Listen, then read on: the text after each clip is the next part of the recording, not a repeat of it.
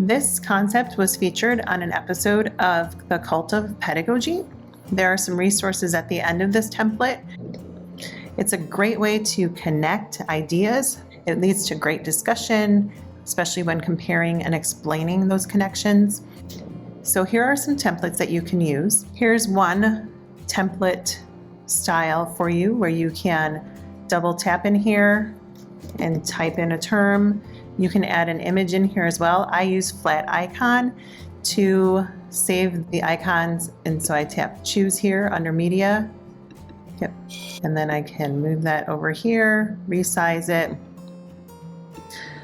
I want to make sure that I group this so that when they are moving it, it moves together. So I hold this, hold Command, click on the other, and group so that when they are moving them into the proper hexagon, it moves together. These right now are locked, so you can unlock them and move them around to the format that you would like, or leave them unlocked so that your students can move them around as they make connections. So you can allow them to move those around. You can change the color of the line in the style menu over here in the border area. So right here you can change the color of the line. You can even use that color wheel there and change those line colors to match your project.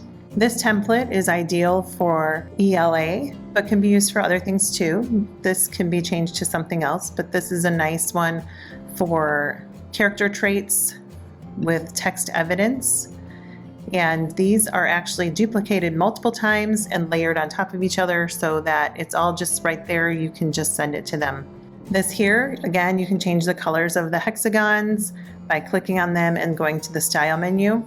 This template has numbers here that the students would put in between their connections, and on the next slide they would identify those connections and explain them. This version of that, these are image placeholders, and in just a moment you'll see some samples of these templates in action and see how this would work there. There are some tips and tricks here. It's ideal to practice it on your iPad to make sure everything works and make sure things are grouped properly. Maybe even have a friend test it out on their iPad. The directions on each of these are set but not locked, so you can edit those directions to match your intentions and goals. Do you want them to record audio? Do you want them to draw? Do you want them to animate? Include those in your directions. Delete the slides you won't be using, and then you have your template that you'll upload to Google Drive and then share that link with your students. Here's an example of how this strategy can be used with younger students. You can set the hexagonal area to a fixed formation where the components are locked and they can't move them, so I cannot move that. Also, if it's locked, they cannot double tap in there and change the words. These over here I do want to move, but I want to make sure that they're grouped together so that the picture, text, and square move simultaneously. So these have all been grouped. Now I can take those and I can tell the students the orange in the middle are what is shared or in common between rural and urban. They both have a school, they both have park. However, factory tends to be urban, but this could lead to discussion. Are there ever factories in rural areas? You can have the students record in here an explanation of why they put what where with the plus sign up here, and record audio. If you have them record audio, you want to have them export this as a video, which I'll show you at the end of this. Next, here's an example for ELA. They can double tap in here, put the name of a character, move that over. They can put a trait in here, and if it's shared between two characters, they can put it between two characters, put the name of the other character in here, and then put their evidence to connect. Something they can add to this is they can add shapes. If they go to the plus sign and the shapes here, they can search for shapes that represent their character or the trait and see what they can find, or they can even, in this area here, they can add drawings.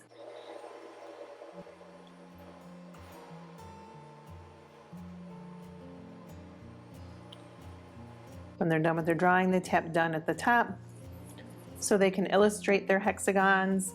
They can add shapes to their hexagons to add their own images. This format was created by Samantha Neal and Megan Kozar from Texas. And these hexagons are image placeholders, which is why there's a plus sign there. So if I tap that plus sign, I can choose a photo and put that in there, and I can move that up. And I'm doing a presidential project. So now I'm going to add for my next one, and then go to my next one, plus sign, choose photo. Next one, plus sign, choose photo.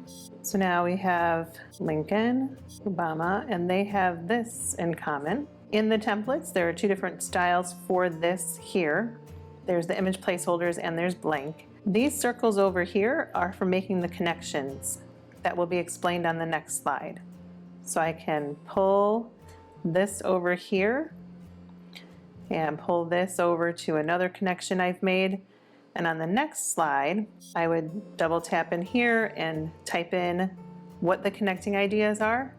And then I would double tap in here to explain my connection further. And they would turn in both of these.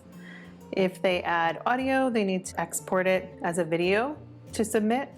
And to export, they use the three dots up here, then export here. If there isn't animation, video, or audio, then the best way is to have them save the images.